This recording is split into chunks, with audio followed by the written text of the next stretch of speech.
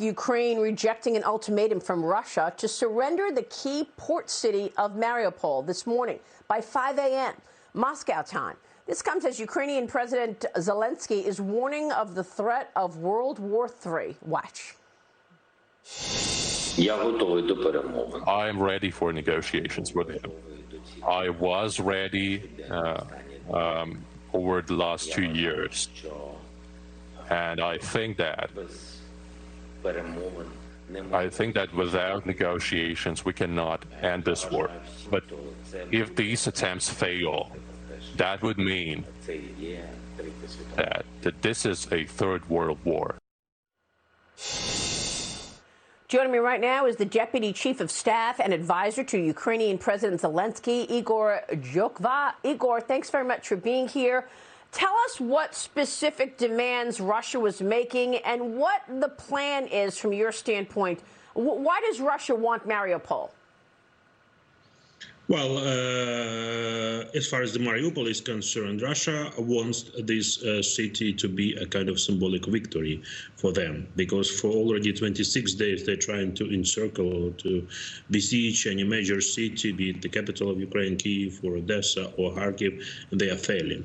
So they are now encircled Mariupol, but they don't understand that the population and the current leadership of Mariupol will not surrender. So that's why they are given the ultimatums to capitulate in order to get that city under their control. They do not manage to insert their occupation authorities in neither city which they encircled in the southern Ukraine or in the eastern Ukraine. People are going out on the streets, they are protesting, they are carrying national flags and singing national anthems.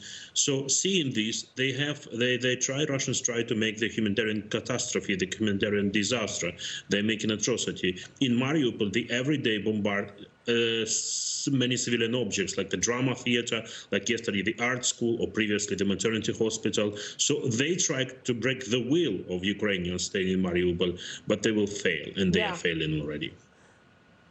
Ihor, we are talking about 26 days now of bombardment and attacks from Russia. How are you doing? How's President Zelensky? What can you tell us about life on the ground today in Ukraine? Well, President Zelensky is doing fine. He's in a good mood. He is brave and courageous, and he's given example of will, not only to Ukrainians, but I think to the rest of the world. As far as the situation on the ground is concerned, Russian armed forces failed to implement the blitzkrieg they wanted to achieve within the first 3 or 4 days. So they stopped their offensive on all the major directions that they tried to do, be it in the north of my country, across around the capital of Ukraine, or be it in east or south. So they are now, I think, regrouping their positions. They are trying to concentrate their manpower, because they are lacking enough manpower to conquer any city or conquer the major territory of Ukraine. And yes, again, they want a symbolic victory to overcome one of this or that city in order to claim it as a symbolic victory. What do you want to hear from NATO now, Ihor? President Biden is traveling to Europe this week for talks with NATO and European allies. This is an emergency NATO meeting happening on Thursday. The White House yesterday said that the president will not travel to Ukraine, but he will be traveling to Poland after Brussels on Friday. What are Ukrainians expecting from this trip and the NATO summit? And unfortunately, he's not traveling to Ukraine, because you saw last week 3 prime ministers of our friendly states, Poland, Slovenia, and Czech Republic, were personally visiting Ukraine, capital of Ukraine, and meeting my president. What we want from NATO is well known to NATO members and to President Biden as well. So we ask NATO for the time being to have the kind of humanitarian no-fly zone over Ukraine.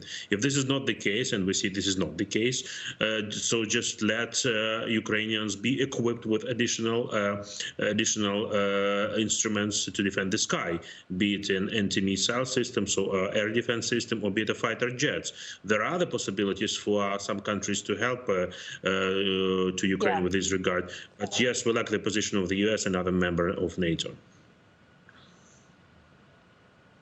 Yeah, I mean, I know that you need air cover. You want those MiGs and, if possible, a no-fly zone. What about the $800 million security assistance package that Biden announced for Ukraine last week? There are weapons on the way right now, 800 Stinger anti-craft systems, 2,000 javelins and other military equipment. Igor, how does this sound? I know that it will take a little bit to get into to get to work, but these things are on the way, and this $800 million assistance package. What's the word on this from the leadership in Ukraine? No, we are very thankful for this additional package, and really any piece of weapon or any piece of equipment is what matters now. So yes, this additional package is of great help for Ukraine, because really you have to understand we are doing quite well on the ground. So ground forces of Ukraine are well trained. They have enough courage, and they beat Russian armed forces on the ground. And yes, this equipment really helps. It's absolutely understandable. I mean, that's, again, many thanks for this.